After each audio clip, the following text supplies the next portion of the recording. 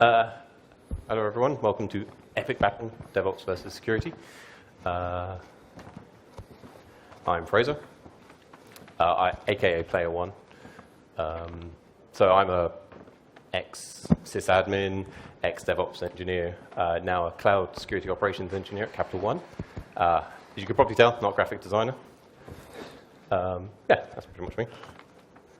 I'm representing DevOps. Wow, you got one cheer. Let's see how I get on. Hello, everyone. I'm Nick. I am Player 2. I am ex-sysadmin. I am ex-security operations before it was called security operations. Ex-pentester, ex-PCI QSA, ex-security architect. I am also not a graphic designer. I will be representing security. Wow. A quick show of hands. Who's a developer? Okay. Who's operations? Who's security? Ooh. Ooh. Wow. Security, maintaining their operational security and staying very quiet. I like it. All right, fair enough. So, DevOps versus security. Something I should have grabbed. I have been paying attention today.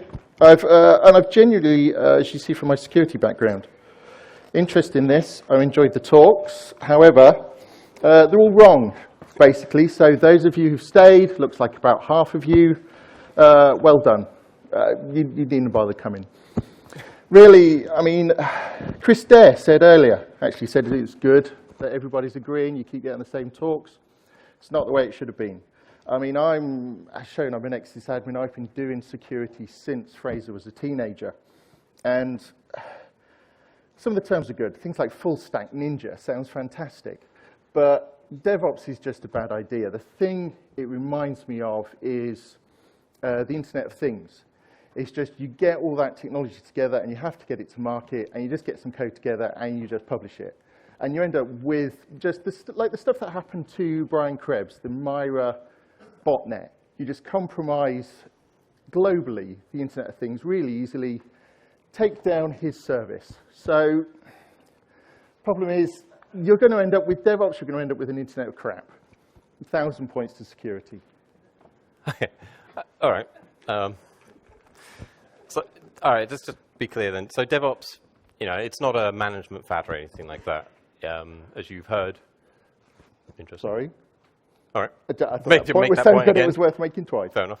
Still, yeah, another points to security. Yeah. Right, yeah, so DevOps, it's not a management fad or anything like that. Everyone here knows what DevOps is. I like it broken down into culture, automation, lean, measurement, and sharing.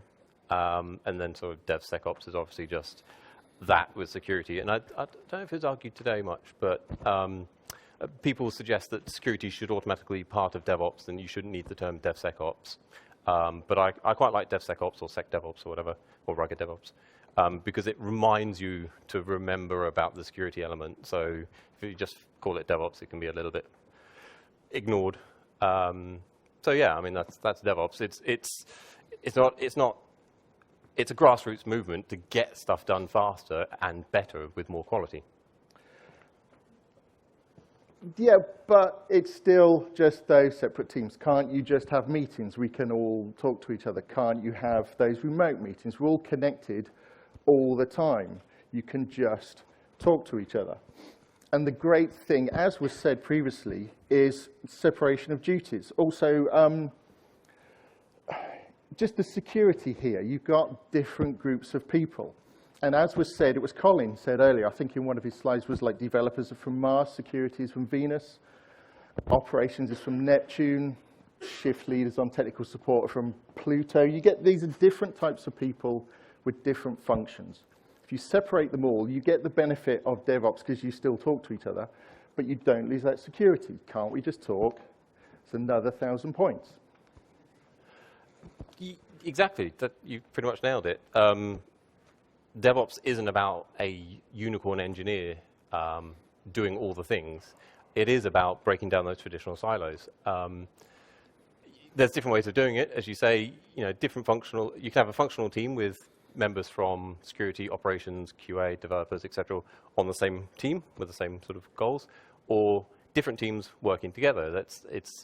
it's about getting the right people involved earlier on. It's not about unicorns.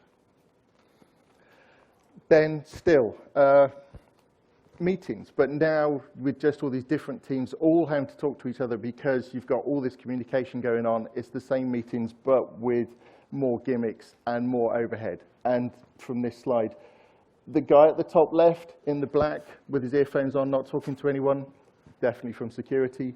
It's the same meetings, but for some reason, you've all decided to add post-it notes and take away chairs. Or it's just meetings, but weirder. Same old problems. It's another 1,000 points. I'm doing quite well so far. Yeah. Okay. Yeah, it doesn't have to be like that, though. I agree with the idea of the separation and having the different teams.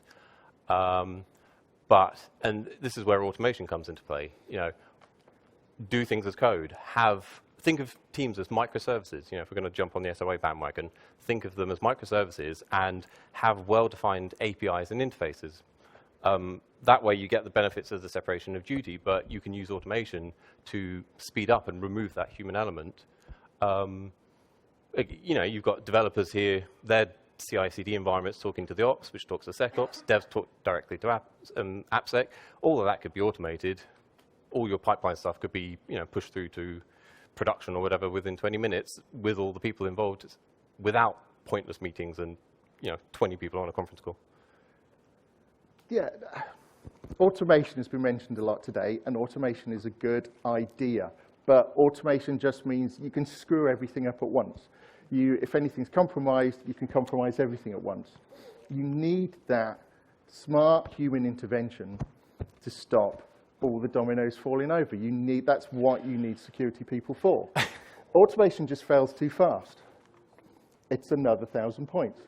I'm not doing very well, am I? Yeah, okay, I'll take your point. And there have been some interesting cases where automation, I think Google have had some interesting outages due to deploying stuff a little bit too fast. But you can break things at scale, but it also means you can react at scale as well. You can detect and automatically respond and even roll back changes automatically, again, through automation. So, and don't forget, classic XKCD, you can still really, really break things manually. You only have to, if you've 5 o'clock in the morning, you've been doing a release for 2 hours, it's been waiting for 6 months, copying and pasting from a Word document into the bash terminal or whatever, you copy the wrong thing before you know you've got like a drop table or something like that, or you've screwed something up. And that could take down an entire service as well. And again, with automation, at least you can remediate that problem quickly enough. You may maybe get a few errors, maybe the users see a bit of downtime, but you have to accept kind of some level of risk.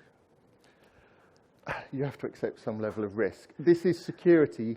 Failure is not an option. That's a central tenet of security, as hopefully the security people in here know.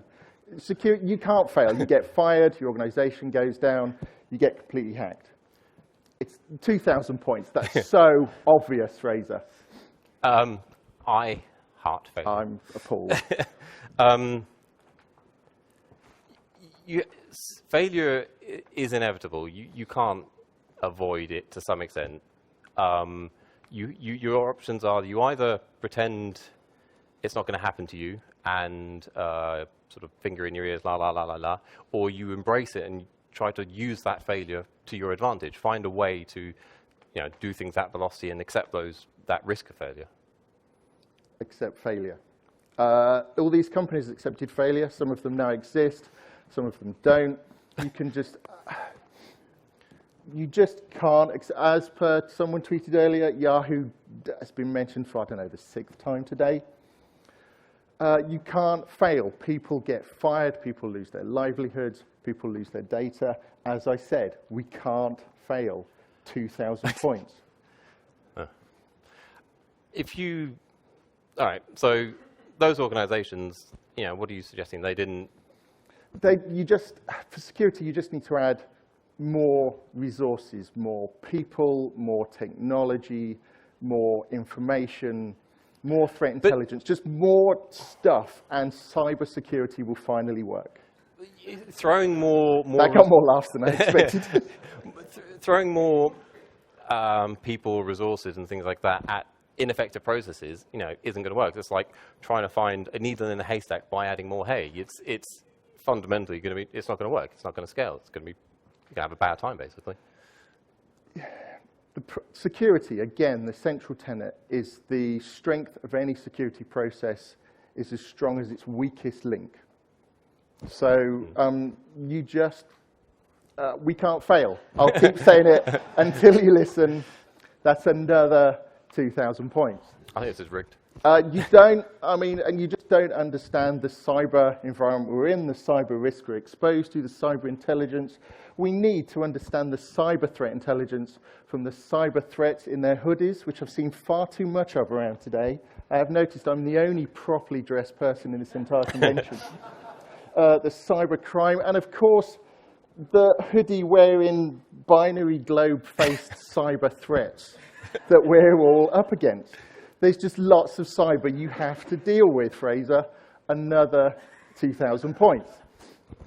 And also, as was mentioned in the keynote, you've got things like, well, you've got auditors, you've got the insider threat. And the problem with auditors is, of course, that they're using lots of different, intersecting sort of the same but sort of conflicting compliance regimes. As well as that, you've got an ever-increasing attack surface, which needs to be reduced all the time. And as well as everything I mentioned before, as a cybersecurity person, I have to deal with all of this. So I don't have time for this management fad of, can't we all talk to each other and let's be friends? We need to get on, throw more resources at cybersecurity. There's just no time. We'll call that 1,000 points. You may notice I've got the clicker, as well as those binary-faced, hoodie-wearing cyber threats as well. Developers do a really good job. Your opponents are mainly yourselves, though. They're mistakes in code, or they're issues with just the way code is written or code is designed. They're issues with the way infrastructure operates. Your main opponent is complexity. For cybersecurity, your main opponent is a sentient opponent who's actively looking at what you do and thinking intelligently how to attack it. It's a completely different kind of adversarial situation. 1,000 points for that one. Also, I'm glad you didn't even try to interrupt. As a cybersecurity person, I've got to manage internet firewalls, internal-facing firewalls, the ingress and egress rules for all of these. Because, unfortunately, I have to let users talk to each other, I've got to have hardened proxies in place as well. I've also got to encrypt data on the endpoints. I've also got to have antivirus and the new name for antivirus, endpoint threat protection. There's all of this is feeding into my security incident and event management system so that people can look at it, look at all that data, and try and find patterns. So this is what I've got to manage with all my special security staff. And also then I've got SOC analysts looking at this, and then I'm given a hunt team. A hunt team wants to look at the raw information. So they want a data lake. Fraser, I don't even know what a data lake is, but I need to have one. There's all these special specialists I need.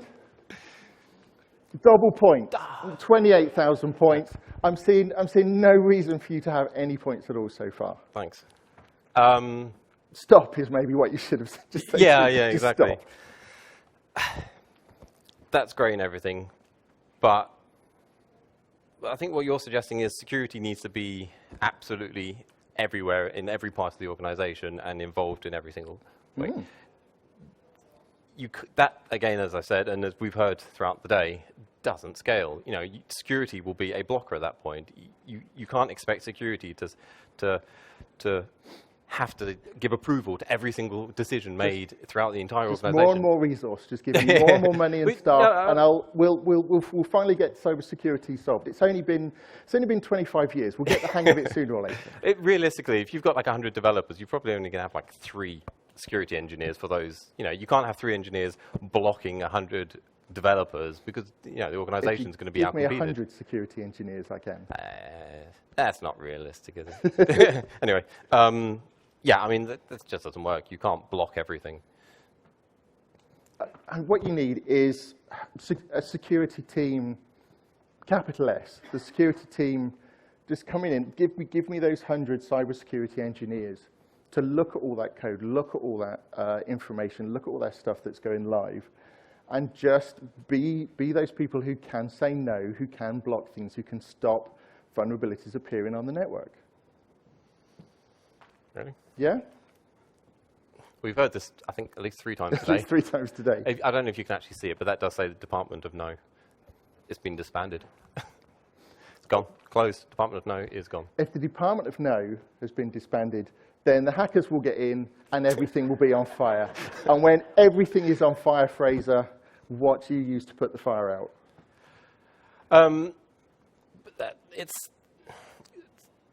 Hackers, or things are going to happen, right? Hackers are going to get in some form, at some point, in some way. It is inevitable. You're focusing a lot on the prevention side of things, and if you really want to prevent security issues, again, you heard that today, switch the device off, bury it in 6 feet of concrete. That's the only way you're going to secure your thing ultimately. Otherwise, you have to accept that people are going to get in. At the moment, you're completely ignoring things like the detection and containment and the remediation process, where you're accepting a level of risk of people coming in. You can't, overdo the security in one aspect. Why the hell do they have priority police response on a garbage skip? Anyway, Monitored. It's monitored, yeah. The hackers are going to get in. You have to be a little bit more dynamic in how you approach your risk. Okay, if I'm going to drag myself out of a 90s security stereotype, it is all about React. But React needs, to just understand the amount of information a security team will receive, you need long and deep contemplation of security logs, security information, vulnerability feeds from experienced and thankfully expensive consultants like myself really is the way to go. DevOps, I mean, the thing, just what I've heard most today, I mean, DevOps, it's all about speed, velocity. Like I said about referring to the Internet of Things, it's all about the push to make things live. Just basically, slow down is what DevOps needs to do. The way we've been doing it so far, it's worked okay so far. We just need, like I keep saying, lots more resources somehow. It's just too quick. I'll give myself 3,337 points for that, I think. Very generous of you. All right, let's take a step back. Actually, surprised I haven't heard this mentioned today. So Google have the concept of an error budget. And the idea of an error budget is to align the deployment teams with the operations teams. So you define your error budget as 1 minus the SLA for a given service. If it's particularly important, you need a particularly large SLA. But that's your kind of wiggle room for getting stuff done. You take your error budget and you take how much downtime you've had, so your availability, let's say per quarter, subtract the 2, and that's how much spend you've got left in your sort of error budget. So if a development team has had a particularly bad quarter, let's say, and they've had a lot of downtime in their product, in their service, they would have spent their error budget, and they have to slow down that deployment process, probably by writing more tests or maybe better tests. But conversely, if they haven't spent that budget, then that budget's gone to waste. So maybe they should have written fewer tests, ironically, or just try to innovate more, take a few more risks. Because Google's opinion is that you don't need 100% availability because it's unrealistic. Users wouldn't notice that. So let's find that balance that incentivizes both operations and development teams to the same figure. Does that sound reasonable enough? It sounds reasonable, but the thing with availability is it's really easy to measure. Stuff's either up or down. It's either on or off. I mean, like I say, I have actually been paying attention today. Like Mike Milner made really good points earlier, but from the operational side, it's up or down. Brilliant. Yeah, use that. The SLA is great. Maybe deploy a bit faster if it supports that. But security is much more intricate and complex and difficult to understand, as people have mentioned today. You can't analyze this with a tool. People have made some suggestions, but there's no obvious tool out there where just the security posture of an organization will make sense. All right. So bearing in mind the risk budget, the error budget, what if you could define something like a risk budget? So the idea would be you would align your security with the DevOps velocity. Sounds fairly reasonable. Okay, seeing as I've got such a elite score, which a few people in the audience should understand, I'll let you go ahead. What's a risk budget? Again, lots of stuff covered this today already. Your organization probably has different ways of measuring risk already, and if you've got pipelines and you've got things as code, you're already doing most of this, I would have thought. Documentation coverage. If you've got documentation embedded into your code, or you've got external documentation, how much and how well your stuff is documented is something you can measure. Unit test coverage, unit test results, integration test coverage, integration test results, all of these basically help define the quality of the product or service. And the assumption here is that if you've got a high quality, from a software engineering point of view, product or service, you also probably have quite a high security quality product or service. But we could also do other stuff as well. Again, heard lots of this today, continuous security testing. If you're running BDD security, measure the output, add that to some sort of risk equation. Maybe you can do code-driven threat modeling. Levels of security engagement, that's quite an interesting idea. If you can measure how early and how much you get security involved in the development process, if you can measure that, you can sort of count that towards a risk calculation. Pen test results, and again, the idea, if you've got gated passes to production, you could maybe look at the percentage of successful deployments to the production as another risk metric. Why would you do all this? Well,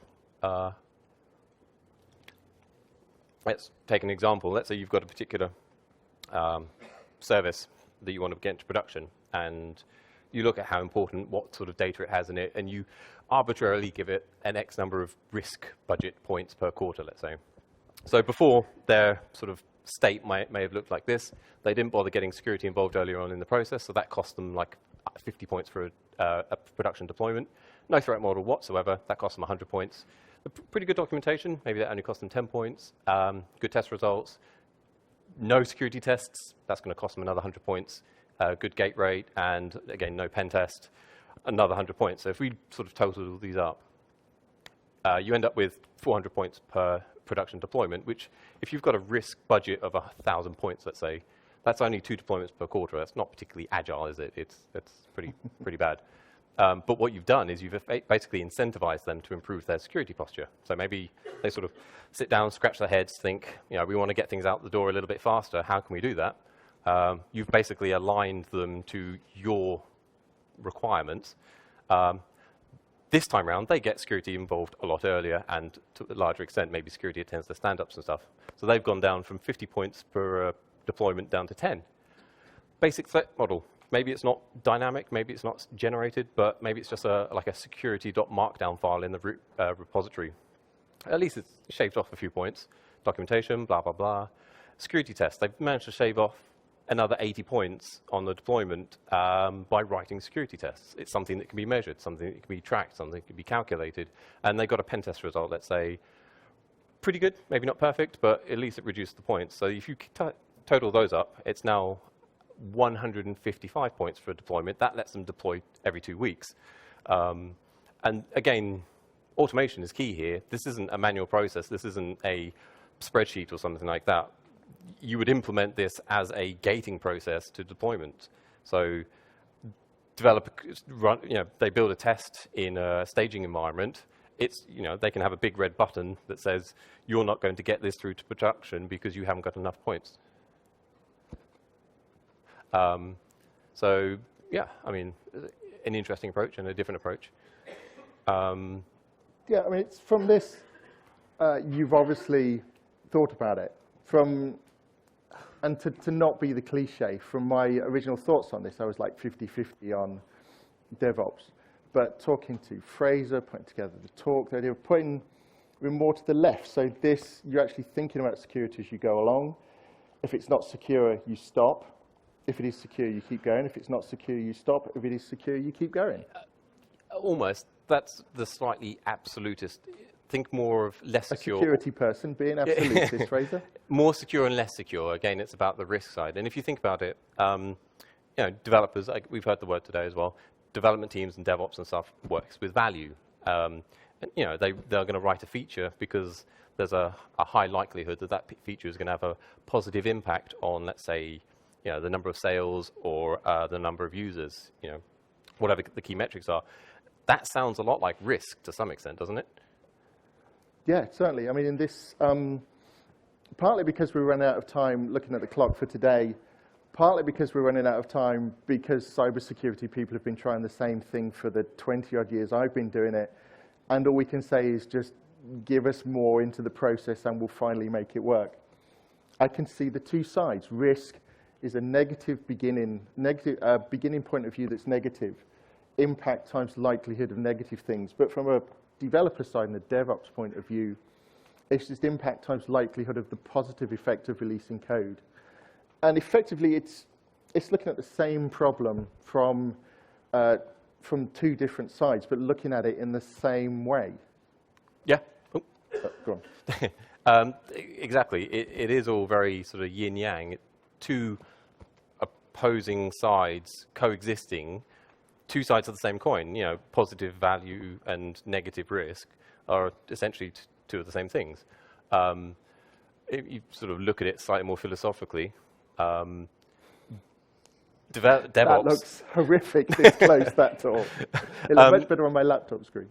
So DevOps has to take into account the negative side of human nature. It cannot ignore security. It has to take responsibility for security and accept that it is their job to accept that there are bad people out there, and they sometimes are out to get you. But at the same time, and we've heard this today, security has to utilize the positive human side of human nature. Not everyone is out there to get you. Shift it left, distribute that responsibility, let the developers and operations teams do their job, building out the security, but have that trust but verify model, have the controls in place just to ensure that they are doing what they need to do, but then just let them get on with it. Yeah, absolutely. I mean, just what I've heard today and what I've heard everybody saying today, just the whole push it to the left so security gets involved earlier. We were discussing earlier today, like the difference in costs between remediating issues early and remediating them at that last possible moment when you realize you just have to talk to the security team and you can't avoid it any longer. And then if they find a fundamental issue, you have to change everything. So push it all the way to the left. I mean, there's something Marcus Pinto mentioned earlier. I really like the phrase embedded security expertise, so that everybody's involved with security and everybody understands security, which we've understood again and again. And sort of looks right. I really like Chris Dare's idea of Marvins, just that army almost of automatic bots inspecting code, raising things, doing that first pass, which, I mean, to use the cliche I've forced into the presentation, if DevOps and security work together, we all get the high score. we did get one cheer from over there somewhere. So to the sort of DevOpsy people in the room, be patient with security. They are having to go through a pretty radical philosophical paradigm shift. So give them the space they need. To the security people in the room, if you're here, to be honest, I would think you understand the value of DevOps. But to the people who don't, just tell them to be patient and get them talking to DevOps people. If you get past the cliches, if you think it's all plank meetings and just smushing developers and operations together so you pay half the staff half as much, or rather half the staff twice as much, but they have to work 4 times as hard. I've seen companies try that before. Explain to your security people about this and get the DevOps people in front of them. As I've learned from talking to Fraser, like I say, I was 50-50 till Fraser explained a lot of the concepts to me. DevOps people have the best intentions, and some of these ideas are pretty cool. Security doesn't have really any fresh ideas anymore. It's about you doing the existing ideas, but better. From listening to so many of the presentations and people here today, DevOps is a genuinely new way of approaching this and is the most likely that I see that will actually work. And don't worry, we're not going to read this out together. To everyone, remember, empathy goes both ways. We have to find ways to work together and accept differences, and yeah. I mean, as you've said to me, the basis of the culture of DevOps is empathy and listening to people. Although it is a stereotype, the basis of security was not listening to people and telling users or operations how wrong they were. So gain that empathy, and actually we can improve cybersecurity, and we can improve development. Yeah. Thank you. Thank you very much.